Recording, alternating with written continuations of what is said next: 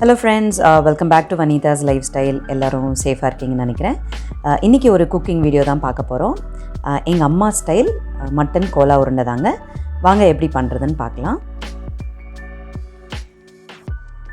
Cola உருண்டைக்கு தேவையான ingredient mutton ஒரு 150 grams, கை நிறைய சின்ன வெங்காயம், எவ்வளோ போடுறீங்களோ அவ்வளோ டேஸ்ட்டு. அதுக்கேற்ற மாதிரி காரத்துக்கு ஏற்ற மாதிரி சில்லி, க்ரீன் சில்லி, அப்புறம் சோம்பு, பொட்டுக்கடலை. இந்த பொட்டுக்கடலையை நம்ம லேட்டர் ஆன் நம்ம பவுடர் பண்ணி வச்சுக்கலாம். கொஞ்சம் துருவின தேங்காய். இப்போல்லாம் பார்த்திங்கன்னா மின்ஸ்டு மட்டனே கடையில் கிடைக்குது. பட் இருந்தாலும் நான் ஆக்சுவலாக நல்ல பீஸாக ஒரு 150 கிராம்ஸ் இன்றைக்கி எடுத்திருக்கேன். நீங்கள் உங்களுக்கு மிக்சியில் போட பிடிக்கலன்னா நீங்கள் மின்ஸ்டு மீட்டே வாங்கி இதே ப்ரொசீஜரில் பண்ணலாம். பட் இன்றைக்கி நான் ஜஸ்ட் மீட்டாகவே வாங்கிட்டு மிக்சியில் ஒரு நல்ல அடிச்சுக்கிட்டேன். அதை ஃபஸ்ட்டு எண்ணெய் இல்லாமல் நல்ல ஒரு நான்ஸ்டிக் கடாயில் நல்லா ஃப்ரை பண்ணி எடுத்துக்கிட்டாச்சு. நார்மலி இந்த மின்ஸ்டு மீட்டு வறுக்கிறதுக்கு ஃப்ரை பண்ணுறதுக்கு ஆயிலே தேவையில்லை. அதுலேருந்தே உங்களுக்கு தண்ணியாக விடும். ஸோ நல்லா ஃப்ரை ஆனதுக்கப்புறம் நீங்கள் எவ்வளோ சின்ன வெங்காயம் உரித்து வச்சுருக்கீங்களோ அதை ஆட் பண்ணிக்கோங்க. எவ்வளோ காரம் தேவையோ அதுக்கேற்ற மாதிரி க்ரீன் சில்லி போட்டுட்டு, வெங்காயமும் க்ரீன் சில்லியும் போட்டக்கப்புறம் கொஞ்சம் லைட்டாக எண்ணெய் விட்டுக்கோங்க. ஏன்னா இதுக்கப்புறம் இந்த ஸ்டேஜுக்கு அப்புறம் நல்லா ஒட்ட ஆரம்பிக்கும். ஸோ அதனால் லைட்டாக எண்ணெய் தடவி கொஞ்சம் ஃப்ரை பண்ணுங்கள். இந்த ஸ்டேஜில் பார்த்திங்கன்னா எனக்கு இன்னும் கொஞ்சம் ஃப்ளேவர் வேணுங்கிறதுக்காக ஜஸ்ட் கொஞ்சமாக ஒரு சின்ன பட்டை பீஸு, 2-3 கிராம்பு, கொஞ்சம் சோம்பு, இதெல்லாம் இந்த ஃப்ரை பண்ணுறதோட மிக்சரோட நான் ஆட் பண்ணிக்கிறேன், ஒரு ஃப்ளேவர் என்ஹான்ஸ் பண்ணுறதுக்காக. இதையும் எல்லாத்தையும் சேர்த்து இன்னும் நல்லா கொஞ்சம் ஃப்ரை பண்ணுங்கள். அதாவது வெங்காயம் டிப்பிக்கலி கொஞ்சம் நல்லா ஃப்ரை ஆகணும்.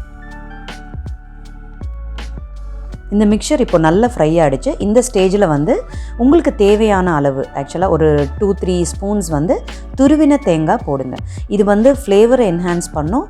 ப்ளஸ் எல்லாம் இந்த நம்ம ஆட் பண்ணுற எல்லா இன்க்ரீடியண்ட்டுமே ரொம்ப ஹெல்த்தியான இன்க்ரீடியண்ட் தான்.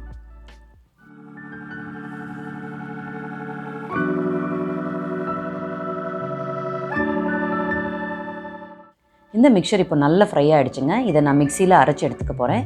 இந்த ஸ்டேஜில் நான் தேவையான அளவு சால்ட் ஆட் பண்ணிக்கிறேன். பேரலாக நான் அந்த பொட்டுக்கடலை சொன்னேன் இல்லையா, அதையும் பவுடர் பண்ணி வச்சுக்கிட்டேன். அரைச்ச மிக்சர் இப்படி தான் இருக்கும்.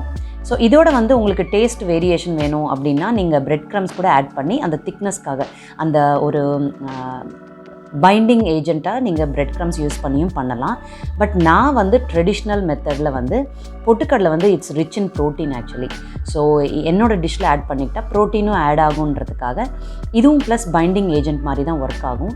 ஸோ அதனால் நான் இந்த ஸ்டேஜில் பொட்டுக்கடலை பவுடரை ஆட் பண்ணி நல்லா திக் கன்சிஸ்டன்சி வந்ததுக்கப்புறம் இந்த மாதிரி பால்ஸாக உருட்டி வச்சுக்கிட்டேன். நெக்ஸ்ட்டு பார்த்திங்கன்னா இந்த பால்ஸை நல்லா ஆயிலில் ஃப்ரை பண்ணி எடுக்க வேண்டியதாங்க. இந்த பால்ஸ் உங்களுக்கு உடையாமல் வரணுன்னா கொஞ்சம் நேரம் ரெஃப்ரிஜரேட் பண்ணி ஒரு 5-10 மினிட்ஸ் நல்லா கூல் ஆனதுக்கப்புறம் கூட ஃப்ரை பண்ணி எடுக்கலாம். நல்லா பைண்டாக இருக்கும். இல்லாட்டி உங்களுக்கு நல்லா இந்த மாதிரி பால்ஸ் பண்ணக்கப்புறம் ஃப்ரீசரில் கூட எடுத்து வச்சுட்டு எப்போ வேணும்னாலும் ஆயிலில் ஃப்ரை பண்ணி சாப்பிடலாம்.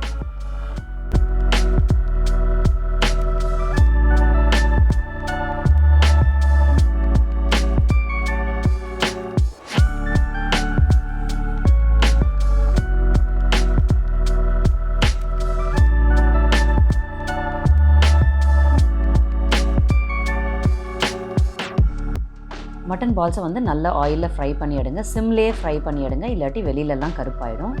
அவ்வளோதாங்க, நம்ம சூப்பரான மட்டன் கோலா உருண்டை ரெடி. இவ்வளோதாங்க, ரொம்ப ஈஸி. நீங்களும் இந்த ரெசிபி ட்ரை பண்ணி பார்த்துட்டு எனக்கு கமெண்ட் செக்ஷனில் எப்படி வந்ததுன்னு போடுங்க. Until my next video,